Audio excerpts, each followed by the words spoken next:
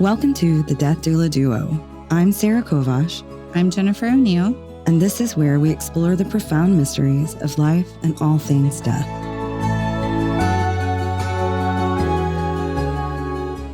Before we begin today's episode, we want to provide a content warning.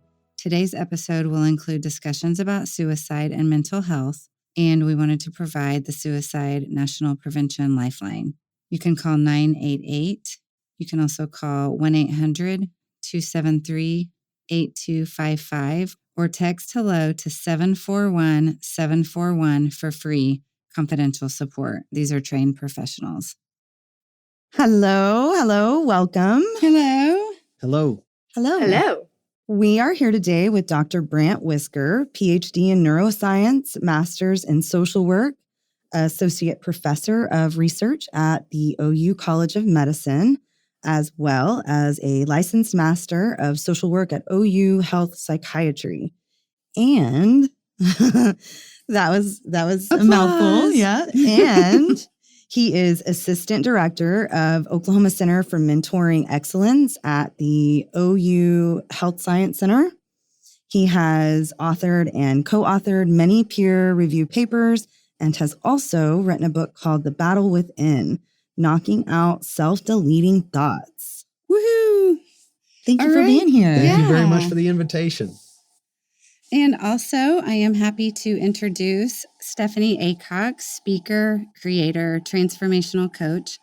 Stephanie is an award-nominated screenwriter and actress, celebrated for her deeply personal screenplay, Bloom, inspired by her father's suicide and her own battle with mental health.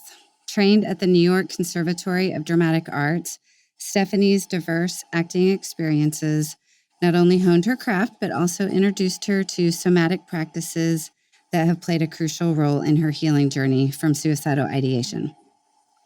Now she shares her story, helping others to break free from the negative voices in their heads. And I am just so happy to see you today and have you on the show.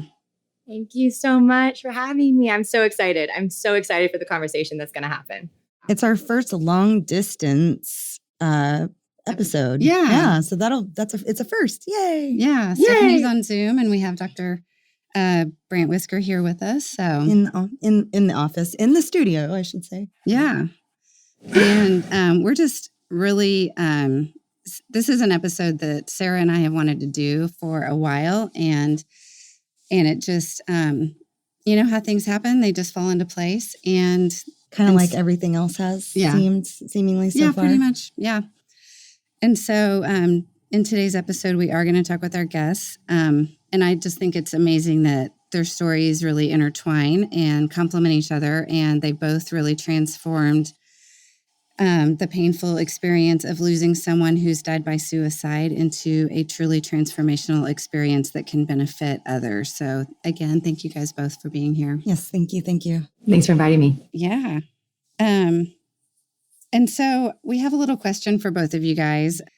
I know you both have used your talents, and whether through psychology, storytelling, writing, to help others facing this difficult topic of suicide. And I would just love to know, was there a moment in each of your journeys when you realized that you were no longer just processing your own experience, but actually helping others in a meaningful way? And Stephanie, you want to go first? Sure, I will go first. So the way that my project started was very personal. It was just for me. I was just wrestling with that question: what inside of my dad made him take his own life? And what is it inside of every human that has that negative function? And then once it became an actual fully developed manuscript as a staged play reading, I realized I was like, whoa, this isn't just for me. This is for a much bigger audience, and it can help so many people. And I got to witness that just from the people that were helping along with the editing and the drafts and the actual production. And then when it was a staged play reading, I realized I was like, whoa, this isn't meant for the basement in a theater. This is meant for this is meant for so many people. And the way to reach so many people is through the medium of film. So I adapted it to a screenplay because I just kept answering that call. I answered it to myself, which is right. And then it just kind of grew from there. And I still really don't know necessarily how I'm doing it or what I'm doing, but I just know I'm following the direction of intuition and spirit. Awesome. That's great.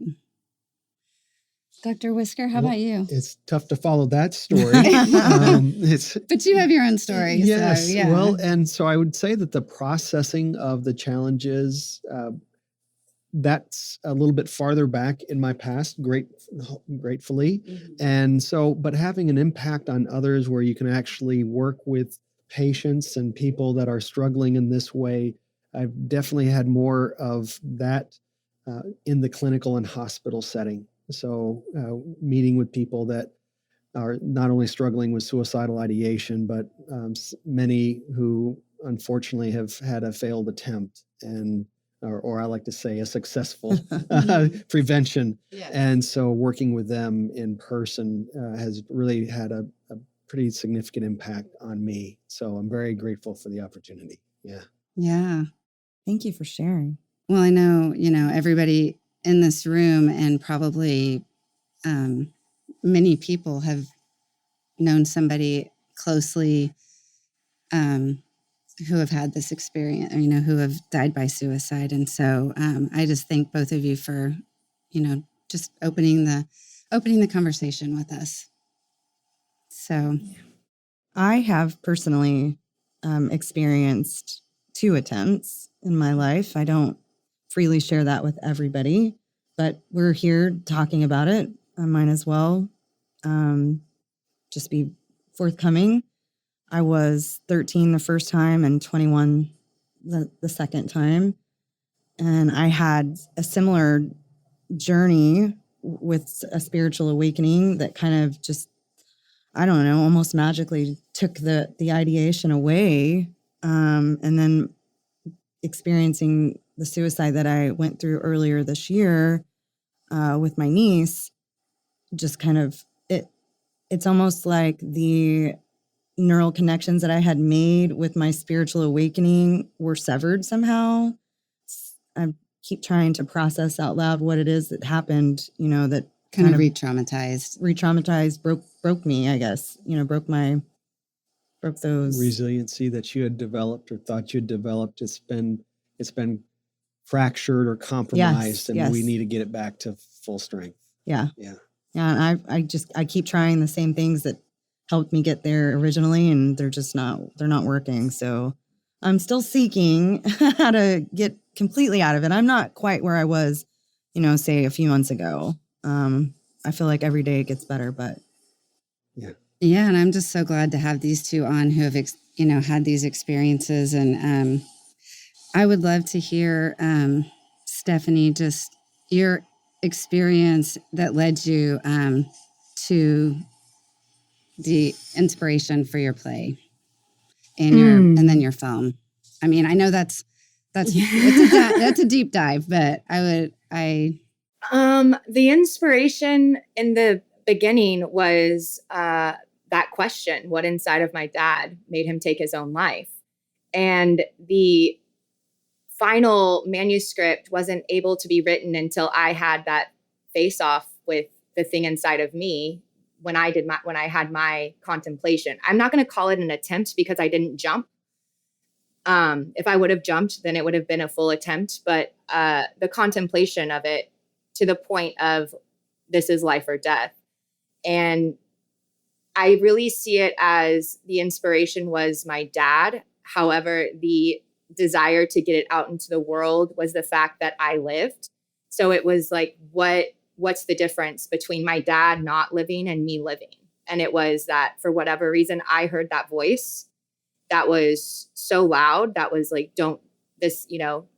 your life is to be of service. Your art is meant to heal. That's all you got to do is share your medicine and be of service. And my dad didn't get that. So I believe that my dad was trapped in his head, whereas I had practices already in place where I was able to access my heart and my body. Mm. That's deep. So, Brant, will you kind of talk a little bit about those self-deleting thoughts is the subtitle of your book, and just... Yes. And I'm just assuming you would like me to take kind of like a neurocognitive or neuroscience perception of it. Yeah, absolutely. All right. Well, so in our, and a little bit of an introduction, I really appreciate Stephanie's, how she brings forth the capacity to be able to act and the capacity to be able to, in a sense, go within oneself and then look outward again through different viewpoints. Mm-hmm. And unfortunately fortunately and unfortunately, many of us who struggle in whether it's any dark ideologies, ideations, or those that have suffered from with an attempt, oftentimes we can get stuck in this pattern, oftentimes of which is based on things such as, I'm not worthy, I'm not good enough, I've been rejected. And there's two other major components. And that is, one, I project a life of a continuation of pain, or pain of which I cannot escape. And then the second is, I do not perceive that I will have any overall joy or happiness that is of significant value in the future. And whenever we have either of those two, both of those can be at the foundational level of suicidal ideation, such as, I've got to escape from this or that. This is hurting my mind. This is killing my head. And I'm trying to escape from some pain, whether internal or external or both. And then the other is, there's just no joy in my life. And at a neurocognitive level, the lack of not having any joy in our life, that is actually designed to help us, although it's hard from the vantage that we're looking at, but that's designed so that the brain, so our minds and bodies can make sure that we are grappling with things that are going to be of some benefit to us, whether it's from a resource, from literally like physical resources, from career resources, relationship resources, etc. So when we don't find joy in anything, then we're really in a tough spot. Well, because you talk about it in your book about, and correct me if I'm wrong, but that your brain is trying to solve a problem. Yes. And so does suicide then become one of those components of... It is perceived as a faulty conclusion / solution. So we can imagine having significant physical pain, wanting to escape from that. And even having been in the military and done a lot of arguably arduous things, I come from a vantage point, which is likely shared by those here, that emotional pain, or the pain of loss, whether it's a family member, a child, a niece, a family member, those can be even more painful than physical pain. And so the unfortunate thing is, we can see when we're in physical pain often, but the emotional and mental anguish we don't see. So the brain says, I have got to get an escape from that. What is an escape from that? And unfortunately, for some people say, well, if I'm no longer alive, then the pain will go away. And unfortunately, the pain may go away for the individual, but it doesn't go away for those that love that person, which is oftentimes a lot of a daughter, son, a brother, sister, mother, father, niece, aunt. I've got a question pertaining to the neuroscience of it. You know, I feel like there was a point in time where it was a habit to just kind of go down that path, Yes. Maybe because of that lack of resilience. Yes. It became a habit, so that when anything got just a little too stressful, then that was immediate where my mind would go. Yes. And so when I fixed that for whatever period of time that was fixed, that it just wasn't an option anymore. So is that a thing for it to become a habit? Yes. So our brains will, we have behavioral patterns. For instance, if at the Health Sciences Center, they might say, well, I'm in the Department of Psychiatry and Behavioral Sciences. So those behaviors, those patterns that we create can actually generate psychological states as well. This is one of the challenges that those who live with substance use complications, just the pattern of behaviors can actually kind of switch on the psychology of a drive. And this is where, and segueing back to Stephanie, is, well, wait a minute, if I'm stuck in this pattern of which I'm an actor, well, how do I try a different script? And so, yeah, and Stephanie, I was curious, how do we practice different scripts? Oh my gosh, this is so amazing. So in the film, it's about the director in the theater that is your mind, which means who's directing your show, the conditioned mind or your true self.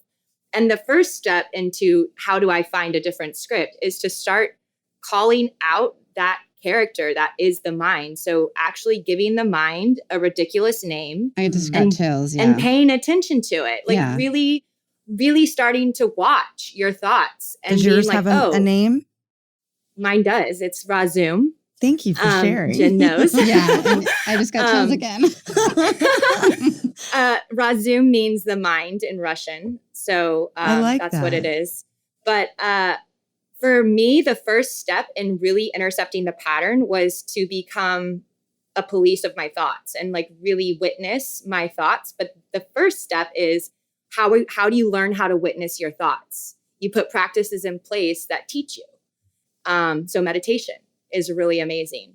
But for me, the experience of recognizing the pattern of, oh, I'm trapped, is the snowball effect of I need to exit my life, was a clue. Because if I started to feel trapped at a job, if I started to feel trapped in a relationship or anything like that, that could very easily escalate to I need to end my life.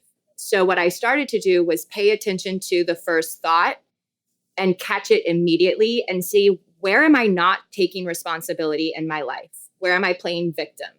Where am I thinking that there's no action to take that can get me out of a situation? And then also accessing joy by dancing and feeling into the body and just going back into the body because the body has the wisdom.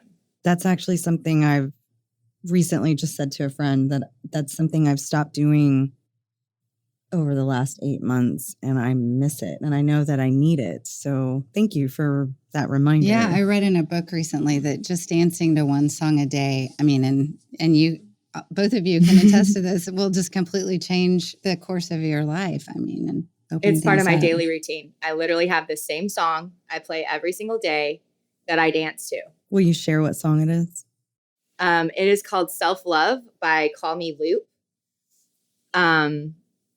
There's actually two. There's also Grateful by Tony Moss, where I sit down and write down gratitude. So I do a gratitude practice and then I do a joy dance practice. That's awesome. Who did you say the first song was by? Self-Love is Call Me Loop.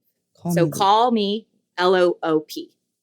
Awesome. Well, we can attach those to our show notes also. Yes. And then I kind of want to go back also just a little bit because in Brant's book, he talks about early life adversity and how traumatic experiences growing up in childhood can just cause our brains to have a response to trauma. And I would just like for you to share a little bit about that. Sure. And this concept, I wish actually, I'm glad that I didn't because it's been known for quite some time now. But in 1998, they did this major study on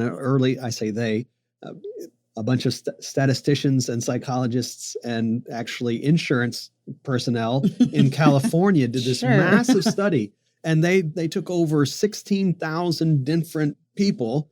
And they said, okay, well, what are some of these predisposing factors to both physiological and psychological complications across their life? And they found that, hey, if people had over 4 of these significant early life adversities, such as I lost a parent, and even far, far worse, I witnessed the loss of a parent, or I was physically, verbally, sexually abused. I had somebody who lived with a serious mental health issue in my home, And so even divorce, right? Separation of a family. Yeah. And so they outline these 10 significant factors that are associated or categorized within this early life adversity. And what they found that if you had 4 or more, it nearly multiplied by twofold, literally every major mental health disorder and every major physiological disorder to include cancer. And unfortunately for suicide, it was, I want to say it was around 15 or 17 fold increase whenever you had 4 or more of these. Later in 2013, they did this incredible study where they took those that had serious early life adversities. We're talking like 10 or more. So people who were truly oppressed. And it was a study with more than 4 of those. And they identified this area of your brain that is responsible for the initiation, or partly responsible for the initiation of your stress response. It's in your paraventricular nucleus, and there's this gene that whenever there's a gene that can be epigenetically modified, meaning that once it's modified, it affects the behavior. And what it does is when your stress response is engaged, your stress response is actually supposed to turn right off. But whenever a person who's suffered a lot of these early life adversities, they can have this modification such that whenever that stress response gets turned on, the body says, no, let's keep it on for a little bit longer. And so these people have a stress response that is engaged longer than is beneficial, at least from a long-term perspective, of the individual. And that over the course of their life, even though they might be able to survive better in that moment, over the course of their life, they have a much greater stress impact on both their physiology and their psychology. And that can lead to physical ailments and mental. I'm curious, Yes. You mentioned epigenetic Yes. influences. Does that go to further generations? That's what I was going to ask. That's exactly what that indicates. So for instance, let's say if you have a twin, so let's just say you're twins, and one of you had these significant early life adversities and the other didn't.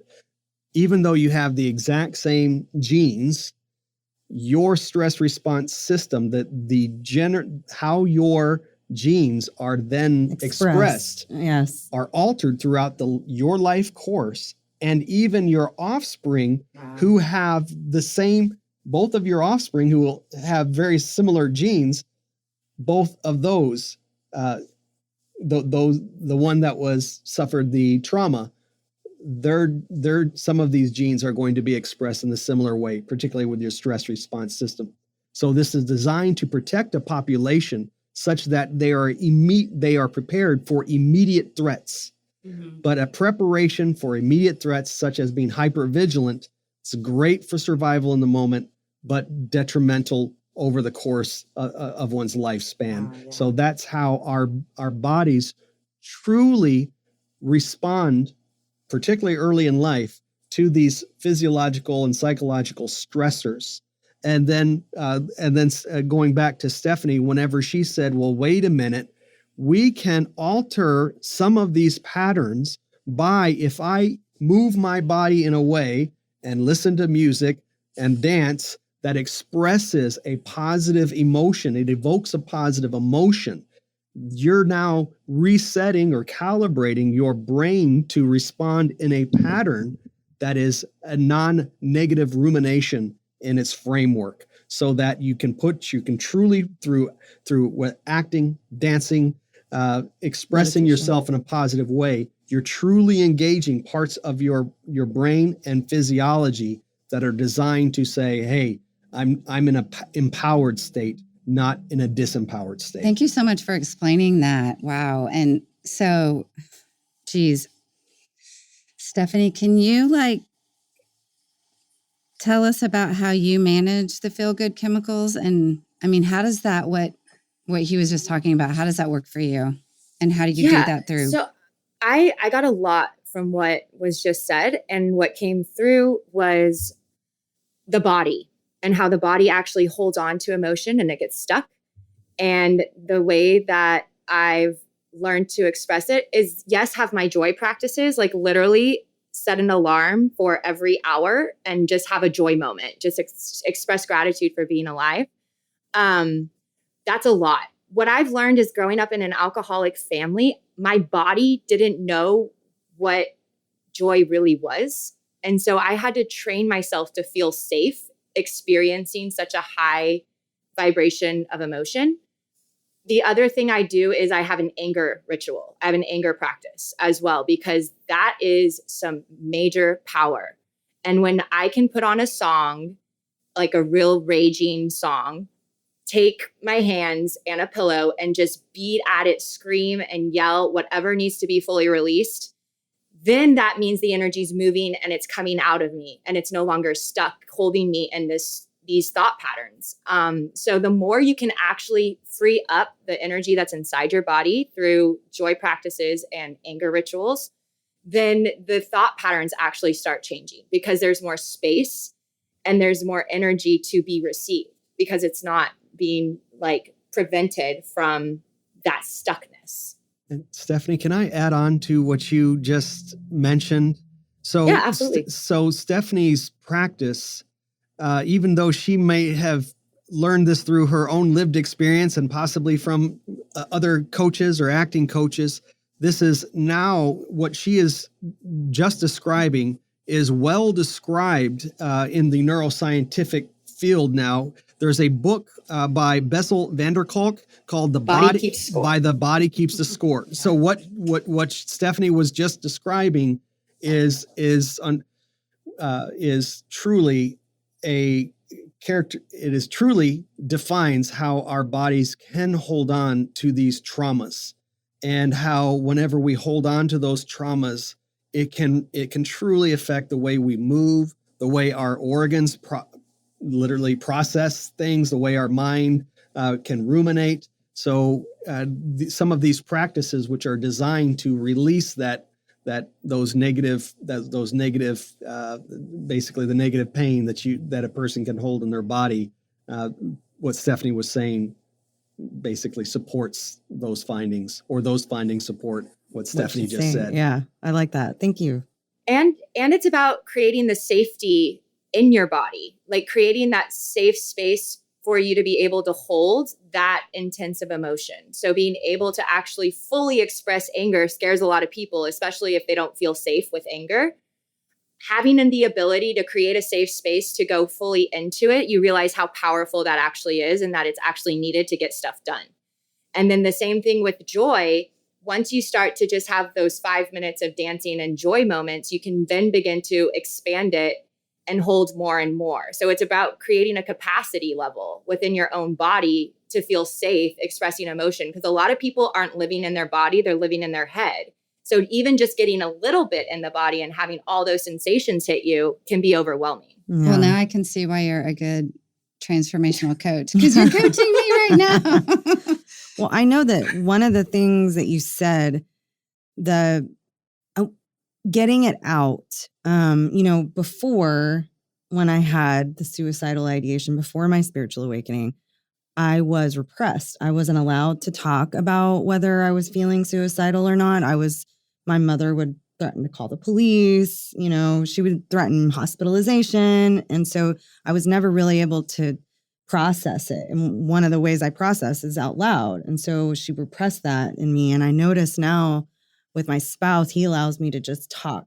And most of my friends, even Jennifer, allow me to just talk about the things that I'm feeling. And I feel like it's so much more helpful than that being repressed and pushed back, Well, and what I was thinking is I went to a retreat a little while ago. And one of the things that we did, we danced.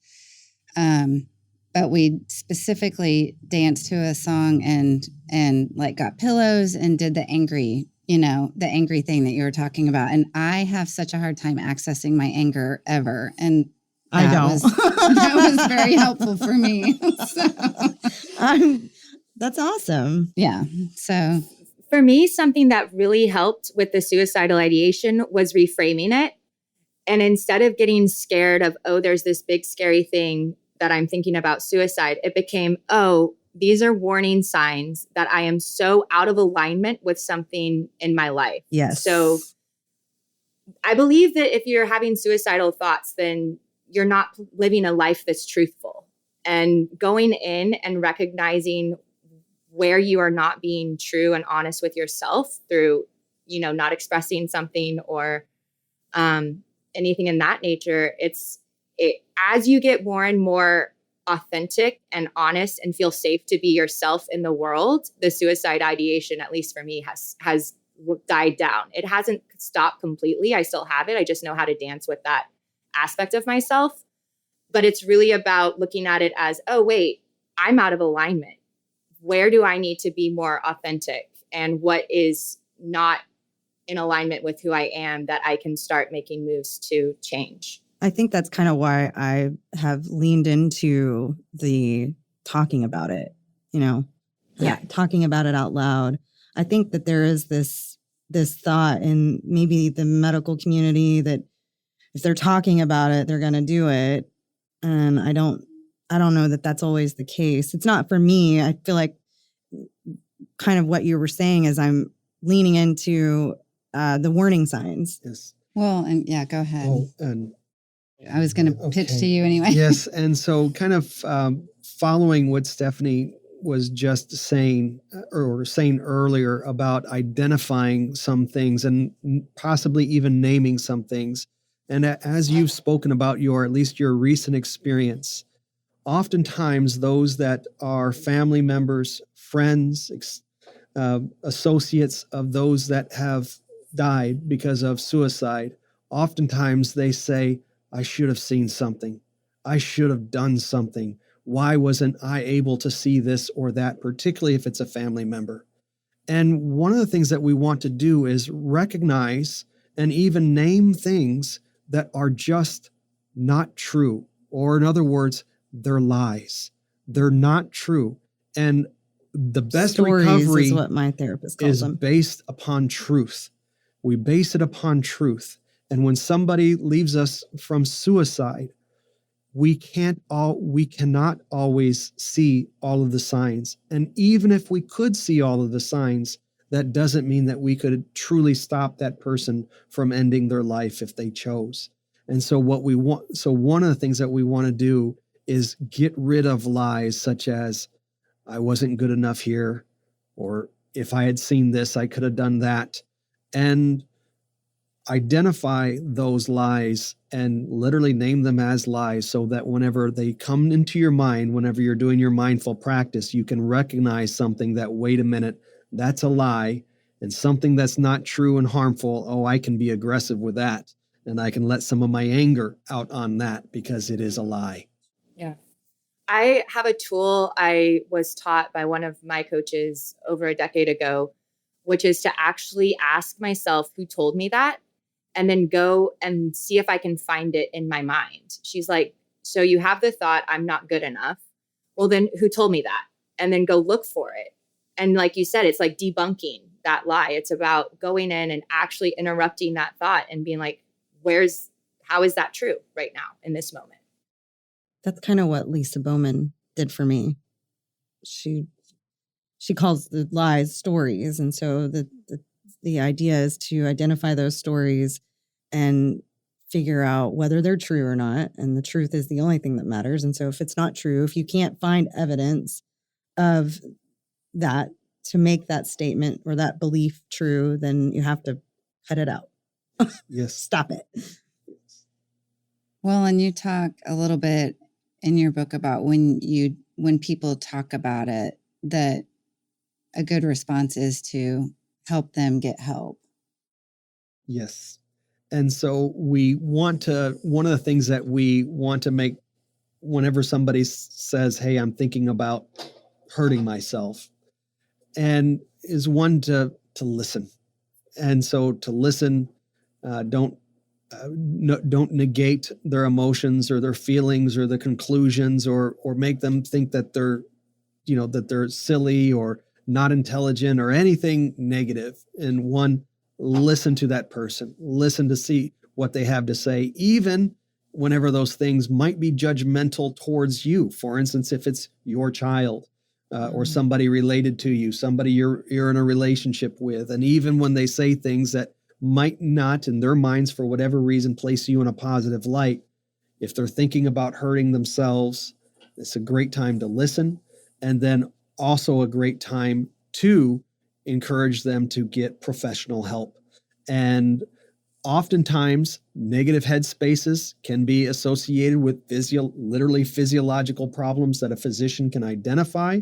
Could be an ongoing infection, could be ongoing chronic pain. Could it be vitamin D deficiencies and low ferritin? There's a lot of so making sure that you're in a good physiological state, and working with a medical doctor, with a psychiatrist who is a medical doctor as well, and then making sure that the physical aspects of a potential challenge can be addressed.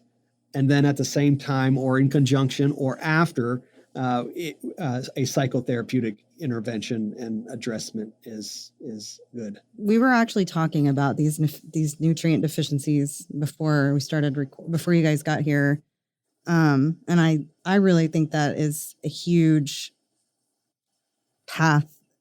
It's the right path to take to address things. Yeah, I found out that I have dangerously low vitamin D, and apparently that's a side effect. Suicidal ideation is a side effect. Who knew? I had no idea. Nobody's ever mentioned that to me. Even my own doctor hadn't mentioned that to me. And you oftentimes, there can be, even from whenever we talk about vitamin D or some other nutritional component, being aligned with circadian rhythms such as sun up, sundown, where some of us forget, well, we actually are a part of nature. Right. And so we live in where everything is processed, and where our light cycles are off, sleep cycles are off, and that can have an impact on us on a psychological basis. And they've also found that those who complete an act of suicide, they've done studies and they've looked at spinal fluid levels of a serotonin metabolite, so the end product of serotonin, and that's often why a psychiatrist will prescribe a selective serotonin reuptake inhibitor. So we do know that there are neurochemical aspects that are correlated with suicide, perhaps might not be the only cause, sure, but are at least correlated with. At the end of the day, it's a fantastic idea. You can never go wrong with making sure that you have a good physical checkup, and also, of course, that mental health checkup as well. And finally, and I don't want to talk too much about the neuroscience component, but at the base of your spinal cord, there's this area called your periaqueductal gray. It's a very foundation of your stress response system. So when you get startled and you wish you didn't react, well, that's periaqueductal gray. And then the next layer of this defense system is this place called our hypothalamus, our medial hypothalamus. And these areas literally watch almost every metabolite that we need. And so my point is, if we have an ongoing infection, our body's saying, we're either in a fight, or we're in a fight, or we're in a fight. What's wrong? What's wrong? Mm-hmm. And so you can have these very minor, you might think are minor challenges, but your brain that activates this stress response, your anxiety response, it can say something's wrong, something's wrong, something wrong. And that's where medical intervention can help figure that out. Yeah. Can I ask, do you have any information on the connection between people on the spectrum and suicide? Some of the things I've read is that I think suicide is the number one cause of death among autistic people. So those that are on the spectrum, and of course there's many components to the spectrum. And so one could question whether, is it an internalized challenge or is it an externalized traumas? And one thing we do know for sure is oftentimes people that are having some intellectual development issues or some other compromise to that makes their mental health state atypical or their physiological state atypical, they are more likely to suffer from a variety of factors that we do know are correlated with significant adversities. So whether it is causative or not, I cannot say whether that is causative or not, but we certainly know that once that stress system is activated for extended periods of time, that's going to increase the probability or the susceptibility to a suicidal ideation. I see. Well, and I want to go back to something you said, which was that, our bodies need things in our circadian rhythms. And a friend of mine was telling me the other day just about how she's a flight attendant, and she realized, flight attendants never see the sun. And so she turns on her blue light one day or her red light another day. And it's made me think of something that I know we're all here for, but I've been hearing it more, and I want other people to hear it more, of just mental health being as normal to reach out for help as physical help. And so whenever we realize something is going on, that can be a natural response. And it's a great point. It's a great point. Thank you. Yeah. And so, Stevie, what? I love it. Stephanie, can I ask you a question?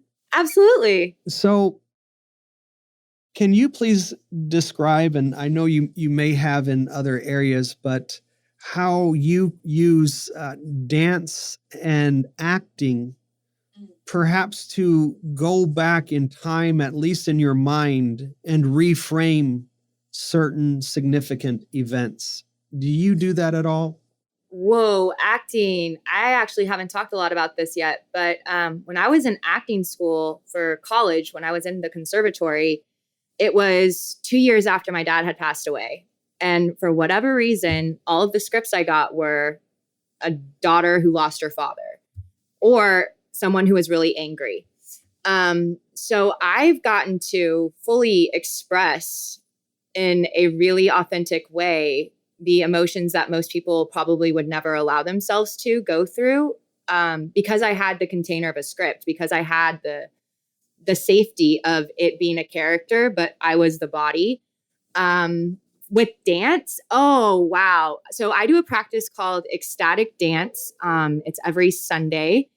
And basically, every single dance is a different journey. Sometimes it's memories that come up that I get to dance through and move energy. I cry a lot in dance. I can access that inner child that just needs to play in dance. And the thing about the practice of ecstatic dance is it's not about performing at all. Like, it doesn't matter what you look like. It's not a performative art. It's literally just move your body, because your body knows how to move to heal.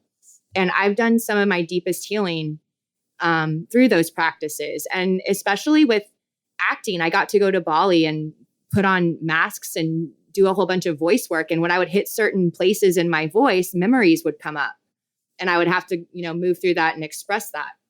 So when you say the body keeps the score, there's a lot of things that we have no idea that have happened to us or that we've moved through, but our body does know. And so by having those practices creatively, I get to have the gift to move through them. But yeah, I would say I just got super lucky and was thrown into a program 2 years after my dad passed that allowed me to go through all of the memories and the trauma and really heal some deep stuff. Yeah, I love how you just how when things come up that you just allow yourself to go through it. I just think that's a powerful practice. Well, I was just agreeing with what you were saying there. And then she also mentioned earlier about framing things. And by using, let's say, whether it's a script of acting or dancing, it can also allow one to go back and evaluate a frame of which may have existed that was not necessarily accurate. For instance, whenever we're 6, 7, 8, 9 years old, it's very difficult to see the world as if, or we see the world then differently than we would now, but yet we remember it now as if it were then. And so by using acting, using dancing, music, different characters, it allows us to challenge some perhaps maladaptive beliefs that came out of it, such as there was something wrong with me, therefore this happened, when that's likely not the case. And so it kind of reminds me of the family parts therapy. It's internal family systems, where you kind of revisit different parts of yourself at different ages and sort of, try to go back basically and reframe whatever belief that you developed at that time. Say, you're 13 and somebody told you were ugly, and you can go back into that space in your mind and reparent that 13-year-old and say, you're beautiful. That they were jealous or whatever you need to say. It reminds me of, inner child work. Stephanie, what were you going to say? I would say one of the most healing things that I've done is write my story, because when I wrote it and I saw it on paper, I was able to actually see the patterns. I was able to actually see the negative self-talk. And that, because everything was outside of me and down on a page, I was able to go in and start tweaking how what I want to believe and what I want to create for my life. So I would say an incredible tool is just to write your story, or just write the thoughts that this character, the mind, has been telling you, and just see how ridiculous most of it is. And when you work with people as a coach, do you incorporate a lot of these practices in there with that? Yes, it's an individual process. I don't have one set thing that comes. It's more of an intuitive process of what to work on, because what I'm working through with one of my clients right now, she's auditioning for Broadway, a lead in Broadway, and all of her stuff is coming up. All of her fears, all of her insecurities, and it's coming up on a massive level because that's how big her dream is. And so I'm like, this is good because however much light there is, it's equal to the amount of darkness. So if you can look at it as everything's equal and balanced, then that just means we're on the right track, because this stuff is getting bigger for us to actually go through and move through. And so feeling safe in the body is the key thing. Feeling safe being seen is a key thing. And that's about regulating the nervous system. And that's about really working on those parts, calling up that inner child and talking to it talking to yourself like you're 5. Yes. And really giving you self-compassion and love and wow, you've been through a lot. You've gone through a lot. Of course, this is scary. Of course, this, just really showing yourself that self-compassion and love to be able to do the big, scary things that you want to do. Yeah. And I just want to say too that as I was reading Brant's book, he takes you through some of those practices too. So meditation and looking at your life purpose. And I found that very helpful. So I'm glad it was helpful. Not just neuroscience, also practical. So I tried to translate the nerd speak into something that's applicable. Yeah. I don't have the same gifts as you ladies, so I've got to use what I have. So, Stephanie, will you tell us how we can contact you? And actually, let me go back. Is there anything else that is on your heart to share right now? Yes, I would love to share that the word mental is actually an acronym to help you get all of the neuroscience chemicals that you need. So I'm going to go through that real quick. This is my foundation and game changer. Awesome. It is M is meditate and make your bed. E is exercise and express yourself. N is nature and nutrition. T is togetherness, so community. A is ask for help. And L is laughter. And I've solely focused on those and trying to get all of those in. I hardly ever get all of them, but I get as many as I possibly can in a day. And that allows those feel-good hormones to get released in your body through those activities. I love that. I love that. And how about you, Brant? Do you have some other thoughts? I was reflecting while you all were speaking, and there's just one other cool take-home point that you brought out earlier regarding the connections that we have when we get in these default patterns. There's this incredible aspect of our brain. It's called the default mode network. Yes. Lisa And so talks this about default mode network, one of the most important things about it is it uses the past as a potential predictor of future potentials. And so when we have a very limited or damaging past, that can make us perceive our reality and our potential futures in a less empowered state. And so whenever we do some of the methods and practices that have been espoused by Stephanie and briefly described, at least from a neurological standpoint, by me, whenever we positively reframe based on truth, some of these past experiences, as information is coming into our present, it allows us to predict a better future. So that was something that I wanted to ask. Can we epigenetically change things in a positive way also? So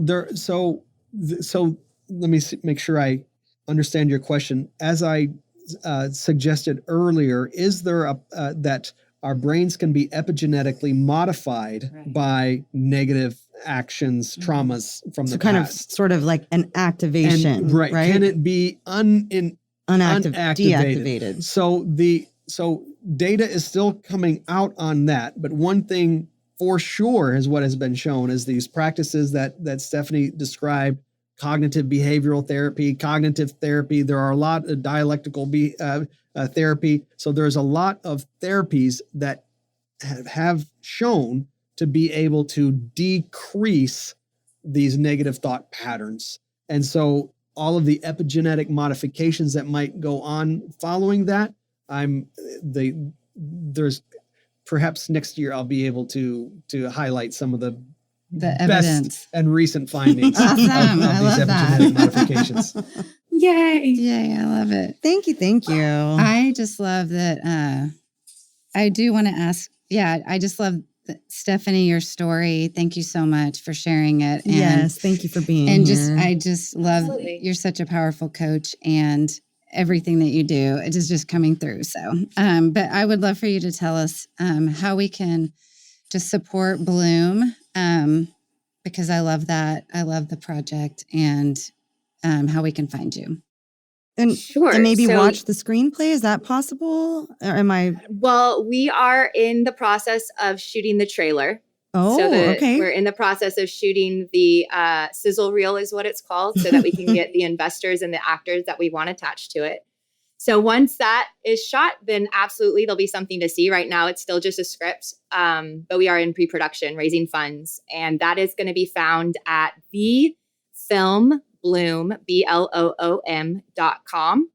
And there's also a tab at the top that you can go to that says work with me. And that's how you can find how to work with me as either a speaker on mental health or a coach, or if you want to get involved in the project that I'm working on, if you have some creative stuff you want to offer to it, then we are open for that as well. Nice. Awesome. And the book the can be book, found on Amazon. Is that where you'd like them to seek it out? Yes, Amazon, and of course Kindle's associated with that. It's The Battle Within: Knocking Out Self-Deleting Thoughts.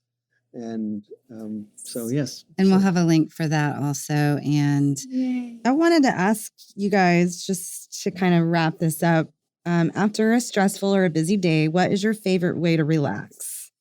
And like self-care activities, your favorite like dopamine generator? So I'm a big fan of basic breathing exercises. So the extended exhale, or the double breath extended exhale, work with a lot of patients. It really can decrease anxiety. So for just kind of whenever I find myself, when my anxiety levels start where I can notice that my anxiety level is a little strong. So I try to, what I perceive as just centering myself, returning to breath, and just focusing, getting out of that heightened state, or more of the anxious state, by doing the Double inhale, which is just a quick with an extended exhale. Do at least 3 to 5 of those, and then return to what we consider a box breathing. So that kind of helps stabilize your stress response. And then just having a pause. For me, one of the things that Stephanie mentioned was the connection, positive social connections. And I'm very blessed to be and I have a great relationship. So my wife and I are just spending time helps really focus on that component of my life. So Nice. So those two combined, perfect mix for me. Awesome. Thank you for sharing. Yeah. Something that's super easy that I've started to do is called a future tripping journal. So at night, I ask myself, like, if I was me 5 years from now, what would a day have looked like? And I just journal as if, and I just start to feel really good because I'm creating what I want my day to be, So it just allows me to sit in the feelings of I already have it. And it just feels really good to be like, oh, I just walked a red carpet today or whatever, whatever my future trip is that day. So playing with that's also a really fun thing to wind down. Nice. That's awesome. Very That cool. may be Very another cool. That's exercise in your book. great. Well, actually it is. Yeah. And that actually is. And so our brains are they process like 95% of your unconscious thoughts. And it's actually more than that, but I'm being conservative with it anyway. So, but as she just mentioned, where she's future tripping and she's connecting her emotions with this significant positive outcome. Well, our brains are able to solve problems for us without even thinking, where we have to actually use that higher cortex cognitive thought. And so that's a component, which could be anher podcast. Absolutely, because then your future reality is just. It also pulls so much into a little better. bit of the law of attraction. It happens without trying. Yeah. Okay. I love this. Thank you guys so much. Thank you. I do, before we go, want to just say that if you or anybody you know needs help, there is always the 988 number, and there's trained professionals on that line 24/7. Thank you for throwing that out there. Yes. Yeah. We'll actually need to go ahead and put a disclaimer at the beginning. I think we'll need to record something. Yeah, we can do all of that. So, All right. Thank you guys so much. And thank you. Great meeting you, Stephanie. Yeah, and you thank too. so much. Thank you so much. It was a great conversation. I learned so much from just listening. Likewise. It's awesome. Well, stay tuned for our next episode where we continue to talk about and unpack all things life and death and even suicide. Thank you all. Thank you. Thank you for joining us as we journey through life's most enigmatic reality. I'm Jennifer O'Neill. And I'm Sarah Kovash. And we are The Death Doula Duo. The Death Doula Duo is brought to you by the Possibilities Podcast platform. If you have comments, suggestions, or would like to be on the show, please email us at thedeathdouladuo@gmail.com. Until next time, may all your discussions about death be lively.